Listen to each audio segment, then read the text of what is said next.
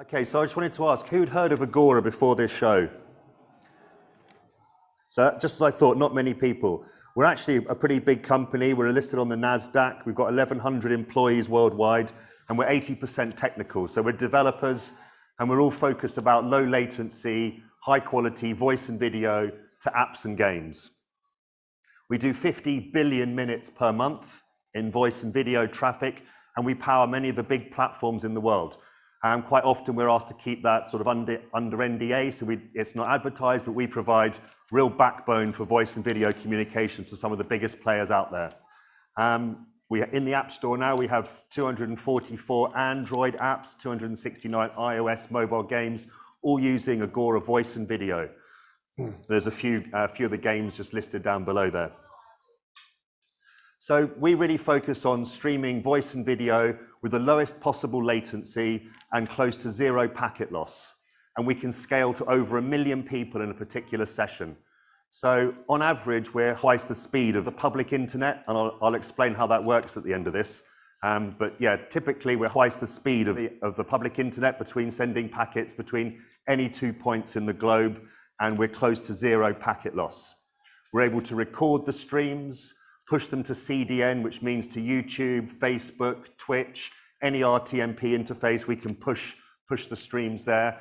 And we've got SDKs for every type of platform you can imagine. We provide hands-on technical assistance for developers, so people like me will get involved in your project to make sure that it's integrated correctly in the most efficient way possible. And we provide real-time statistics, so you can see how many people are using the service. It's something called live beat, so in real time you can completely monitor the usage of your users on Agora.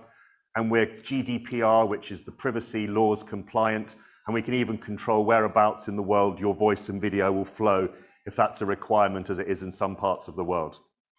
We give every developer 10,000 free minutes per month, and we have a global startup program to help you even more than that to get from where you are today to become successful, because your success is ultimately our success.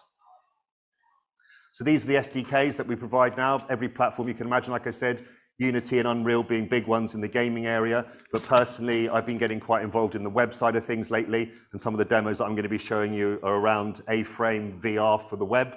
But yeah, like I said, we can put our SDKs into any platform that you're working with. So typically, video and voice are used in mobile games to be able to see the other players that you're playing against. That's really useful in poker, for example, when you're trying to judge, the expressions on the other person's face. It really adds to the game to have the video in there. Here's a bit more of like a team effort where you've got lots of people playing in a particular game. It's nice to be able to see the expressions on all of their faces to increase the engagement and the usage of the platform and people coming back to it, the stickiness of it, and the long-term value of your users, if they can sort of feel there's more of a community and that you're building around the game or use of the game. And as well as being available on web, here's a picture of that working just fine on mobile as well. And things like echo cancellation, which can be a problem when you're playing out voice and video alongside video communication, we take care of that as well. So whatever audio is coming out of your game is also cancelled against the input of the microphone of the people's voices. So you don't get the audio coming out of your speaker for your game going back into your microphone and being heard all over the place. Acoustic echo cancellation is probably the hardest algorithm in all of this, and that's something which is really important and key to Agora's platform.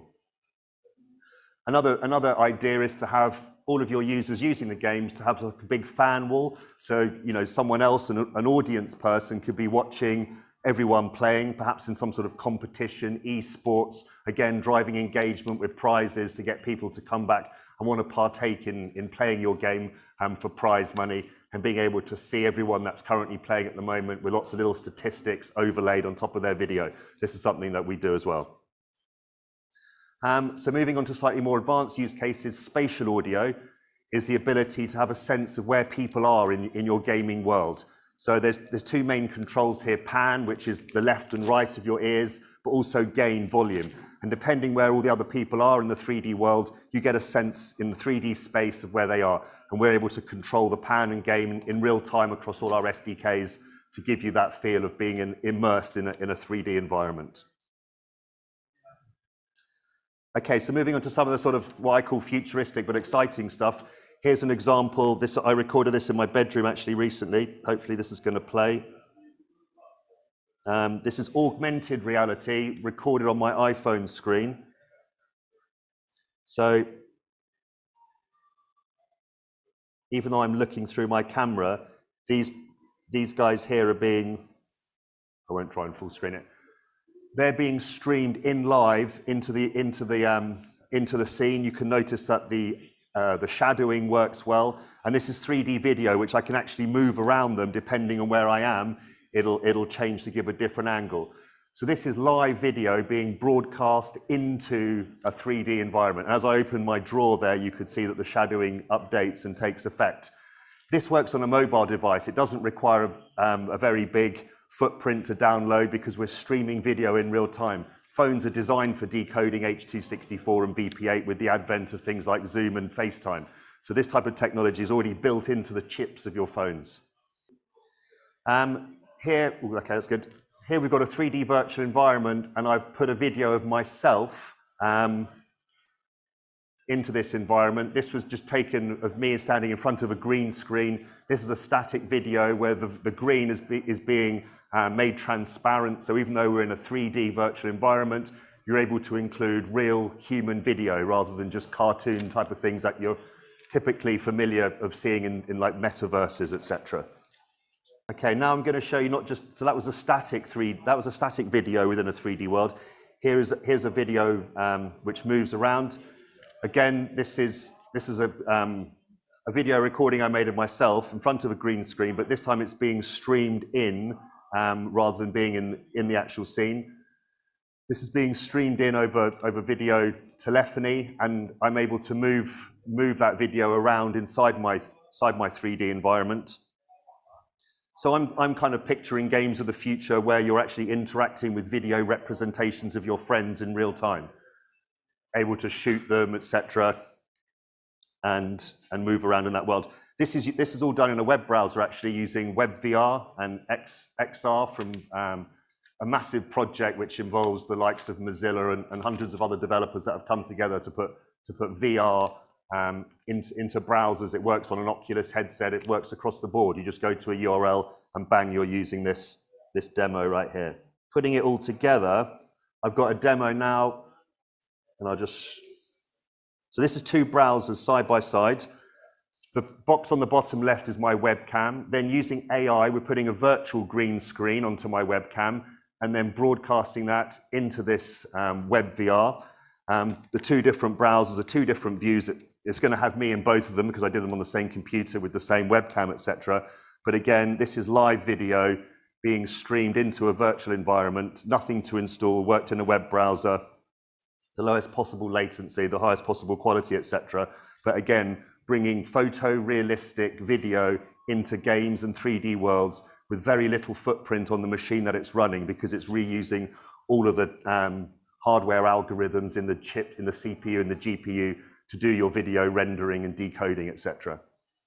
So again, using like your FaceTime algorithms for providing this. So on the left, I'm just looking around as if I was on a headset or in a 3D game, and you can see the other people in there which are represented by live video. Now, this doesn't have to necessarily be a human face if you don't want it to be. Just gonna skip out of this.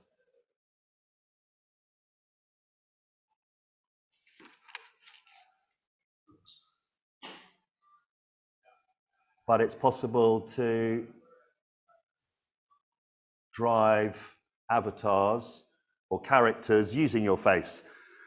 The beauty here again is that your gaming engine wouldn't have to know anything about the avatar on the left. He could be streamed in using video calling such that people can own their appearance in other people's worlds. You don't have to roll out a new version of your game every time you want to have a different set of avatars. People are streaming themselves into your game using standard video telephony in 3D to provide their appearance. And this is quite cool because it's using AI to track the positions of my face, and it's controlling this avatar in real time.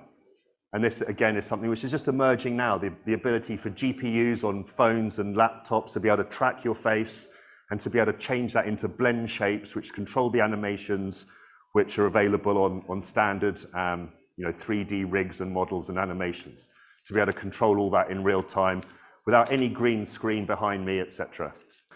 So I'm just going to quickly explain now how come Agora is faster than the public internet. At home, we're all just connected to the internet. How can it be possible to be connected to other people without installing specialist hardware, which is twice the speed of the regular internet, right? I've got a little demo of me here with a colleague in India. This one doesn't work quite as well with audio. But what you get to see here is on the left is a standard WebRTC call, and on the right is using Agora's network, and on the right it's almost a second faster between the UK and India and back, yeah? A second faster for your packets to go there and come back than just using point-to-point peer connection, which is pretty much what everyone else is using. And also we get close to, it says 15 milliseconds for the round trip time, and I'll explain why that is compared with 600 milliseconds. And we're able to get next to 0 packet loss. And the way that this works, this is a bit of an old diagram, but I'll just quickly explain it. That the way that we all connect to the internet are using ISPs, like, there are 700 ISPs in the UK, 15,000 in the US, people that provide internet to people at home. And the way that your ISP allows the packets to flow from their IP network to another ISP is through these inter-ISP relations. And the companies will tend to go for the cheapest route. And all of these tier 1 networks, which provide the connectivity between different worlds and regions, they're all in competition with each other. So they all charge peering, costs for peering. So your packets will tend to go over the cheapest possible route. And this is a true case taken from the Thousand Eyes report, that if you're sending your packets from Mexico to Washington, they don't go the green route where you'd want them to. They go to Russia and back, because that's the cheapest way for them to send those packets. And that's where everyone's sending their packets, so you end up with a lot of packet loss and congestion. But because Agora has what we call SFUs, or selective forwarding unit routers, in every ISP tier 2 network around the world, we're able to send your packets over our own preferred fastest route, which is continually monitored in real time. In fact, we send your packets over 3 different routes, all driven by AI, to ensure that they're going the fastest possible distance, the shortest possible distance.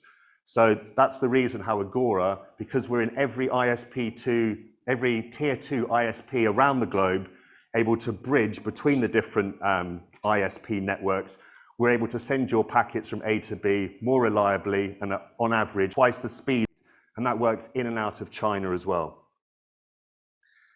So this is taken from the Thousand Eyes report, that if you're on Google Cloud, for example, and you want to send your packets between where that red circle is from Europe to Asia, your packets actually go all the way around the other way around the world, because it's much cheaper for them to do that rather than just over that little bit there.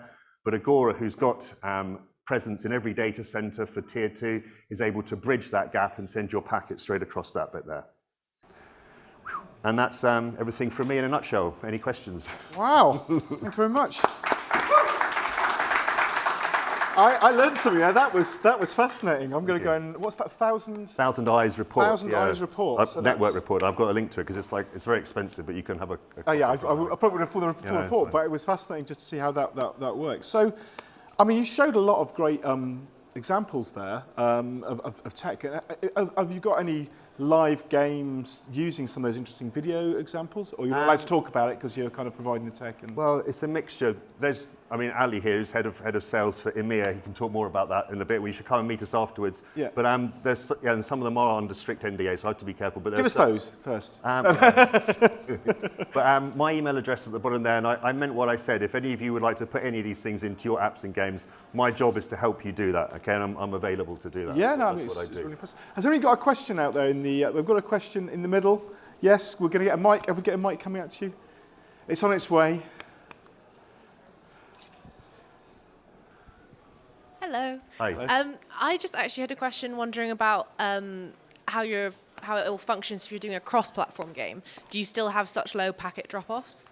Yep, so our SDKs will fit into different platforms depending on where your game is, and our SDKs take responsibility for sending those packets between the different platforms. They go over the Agora network. Doesn't matter whether you're connecting from iOS, Android, or Unity, etc.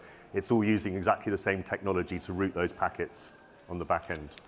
Fair enough. It's a good question. Have we got any more questions out there? I know. It's all right. Got a couple more to go. It'll be lunch soon. Yeah, and I mean, I think, is there a limit? Because you mentioned as well that there was some free, every developer gets some free. 10,000 minutes a month. Is there a limit to the size of a developer that can kind of work with you? Are you mainly focused on the AAA guys, or is there? No, there's no limit at all. I mean, and the other sort of side, we can have up to 1 million people receiving those streams in ultra low latency around the world, which means you'd get through your 10,000 minutes very quickly if you had millions of people connected. But no, there's no limit to the size. We've got architects and developer evangelists at every level.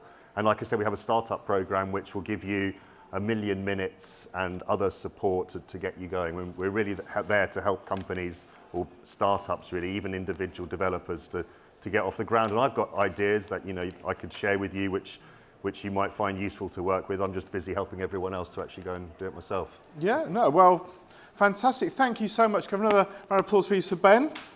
And Agora, as you say, you can meet Ben afterwards, and Agora have a booth as well. You can go and chat to them about that and make some of those really cool implementations. So.